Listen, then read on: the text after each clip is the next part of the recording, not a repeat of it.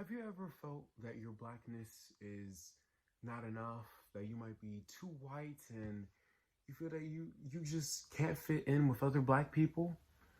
Well, this might be the web series for you.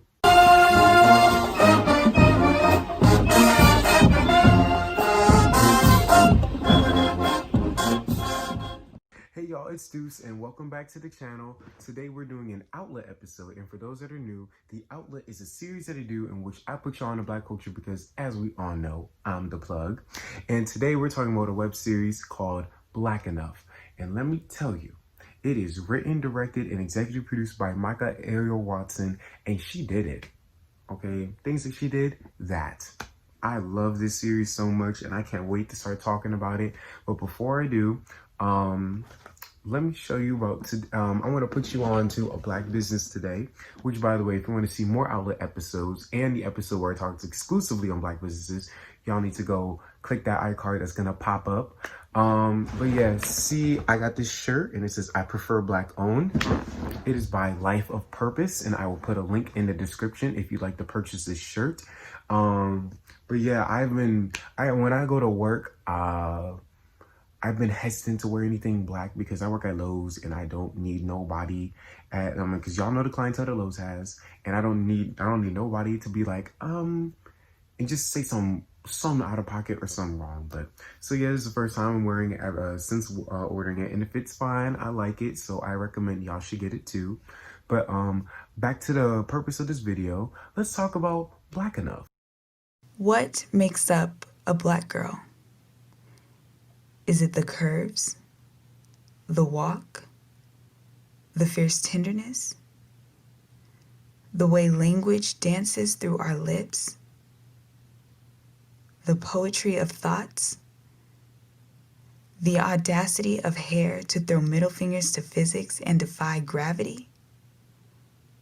Or maybe it's scientific. Ingredients of a recipe that rises into melanin imperfection. A formula that separates them from me. So that was like the first roughly minute of the web series, and it basically is Amaya, the character that we focus on in this web series. And she's doing a monologue about how she's unsure about her blackness because she feels she doesn't have the black girl magic potion that everyone has, but apparently her. But yeah, so in essence, it focuses on Amaya, who's from the suburbs of Chicago, and she goes to a PWI because, you know, in college, that's where you find yourself. But in this series, she specifically tries to find herself and find her blackness because she's very insecure of how that she's not black enough. And she's also insecure about how other people say that she's not black enough.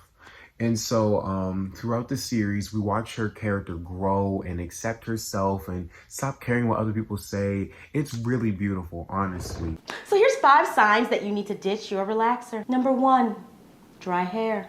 Throughout the web series, that YouTuber that I just showed you, she basically talks about like people trying to transition into natural hair, which basically is a metaphor how throughout the series, like she gives like steps on how to take care of your natural hair, why you need to give up your relaxer, as she said earlier. And it runs parallel to Amaya trying to embrace her blackness and embrace her natural hair throughout the web series. So I think that's a nice touch because y'all watch Avatar, right? Of course you do, because it's great. It's great television. And so you know how like Zuko's hair progressively got better as with his character growth? Well, that's the same thing with Amaya. Her hair starts off like this, and I would show you how it ends off, but honestly, that's why y'all need to watch the show so y'all can see it for yourself. She looks beautiful in it. That's all you need to know. So yeah, y'all need to watch it. But yeah, I think it's really cool how they were able to like tell us without actually telling us what her character arc, one of her character arcs was going to be. So that's the main plot. Now there's also other characters in the show, and I don't think they're as well written as Amaya is, but let me tell you, I do not think they're poorly written though. Everything you do is consistent, everything you do makes sense. I like how some characters get like little like story bits, and while they're not fully fleshed out, I do feel like, because they are having a season 2, they definitely say that they're going to be fully fleshed out, and then we're going to figure out, we're going to learn more about this character, so I'm excited about that. So that's on a story level, but like how the story is told, like cinematically, I love it. It's so beautiful with the visuals. Oh my gosh, there's a party at the end of the series, and this is nothing spoilery, but there's a party. Just look at the color choice. And then not only do they have like beautiful colors that they use for the characters, but also like how it's shot is really cool too. The shot composition of it, like instead of like having like, you know, a shot versus shot of like characters for a dialogue, they basically have like 2 cameras, and they're both looking at both of the characters and their perspectives, because we get to see both of their point of views rather than like going back and forth and seeing like the back of someone's head. We see both of their faces and their emotions, and it's basically how they respond to what the other person is saying, which I think is a very ingenious and very, I mean, I haven't seen it before. Maybe it's been done before, but I think it's very, if it hasn't done before, oh well. But if not, props to the cinematographer. I'm gonna put his name up here. I forgot his name, but he did a great job. And also something that I also think was really cool with how it was shot is that like sometimes there's like interlude moments into the story where they'll have like narration or spoken word, or they'll have Amaya dancing. And I think Amaya dancing is how they like they convey a lot with her dancing. Let me just show you this one clip for a second.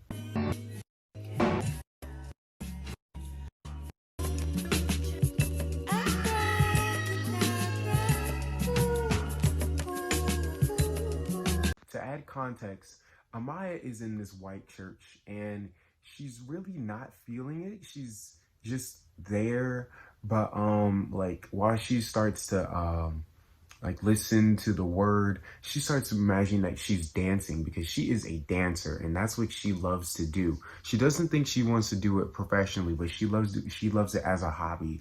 And so like she imagines herself just letting loose and being in a space that she's more comfortable in. And so that transition, which again, great cinematography, that basically, and then like her dancing, it basically shows how she's more comfortable in her mind dancing than in this church space right here, because she's also trying to figure out who she is religiously as well. So yeah, I like I said, like the cinematography, how it's shot, and then poetry in general. Like this is a very this series has a big emphasis on poetry. While there is music there, which by the way, this has a really nice soundtrack. They always give you bops to listen to at the end of and at the end of the credits. They'll give you like you know, credits for the artists. And basically what I really like is the use of poetry, because like I said, for the interludes, they like to have poetry to like talk about themes for specific episodes. And then like how something that reflects how Maya feels in the episode. I mean, not Maya, Amaya. And a lot of times they'll have her dancing to reflect how she feels, or just a way to express herself, while there's a narration that accompanies her feelings or something related to the episode, which I feel, like I said, is a great decision. I think it's so beautiful, and it's so and it works thematically with the series and the episodes. Like top tier decision filmmaking. But what if black didn't mean broken, didn't mean evil? What if when we said black, we meant good? What if black magic tasted like brown honey? What if God concocted something uniquely dark, uniquely African, uniquely me? So the cast, they were like cast interviews, and basically a lot of people can relate to what the struggle that Amaya's going through in the entire series and her character growth, because they were told growing up how they didn't feel that they were black enough or whatever, and they tell like how they're like, oh well, I mean, like I am enough and I am black, or I'm black enough, I don't have to prove anything to you. So I thought that was really cool how like this is sort of like a personal production for some people, how they like, because like I said, they relate to it. Because like I said, I didn't say this, but I personally had this growing up, or I felt like I definitely wasn't black enough because of my interests and how I spoke and all that other type of stuff. So yeah, I think it's really interesting because we don't get a lot of, like, in media we have black people that are black, and then we have black people that are white, but we never have someone.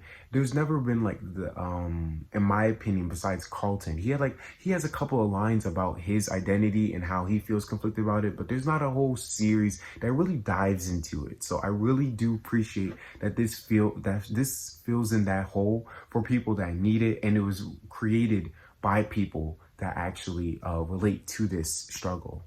But yeah, that's all I gotta say about Black Enough. Like I said, y'all really gotta go watch it. It's super good. Okay, like I said, the characters are pretty cool. It's shot beautifully. It is told beautifully with its dialogue, its cinematography, and then like the non-diegetic stuff, like the narration and the poetry. So yeah, I highly recommend that. And if you really like it after watching it, I definitely recommend you guys supporting its season 2 campaign. They're trying to raise money on Seed and Spark so they can get season 2 off the ground. I've already contributed $50 because the $50 one gave you behind the scenes access, and y'all know I like me some BTS. No K-pop, but you know what? I actually might get into K-pop, but that's separate. But yeah, thank y'all so much for watching. Y'all go support the series, and I'll see y'all whenever. I make what you say, chasing.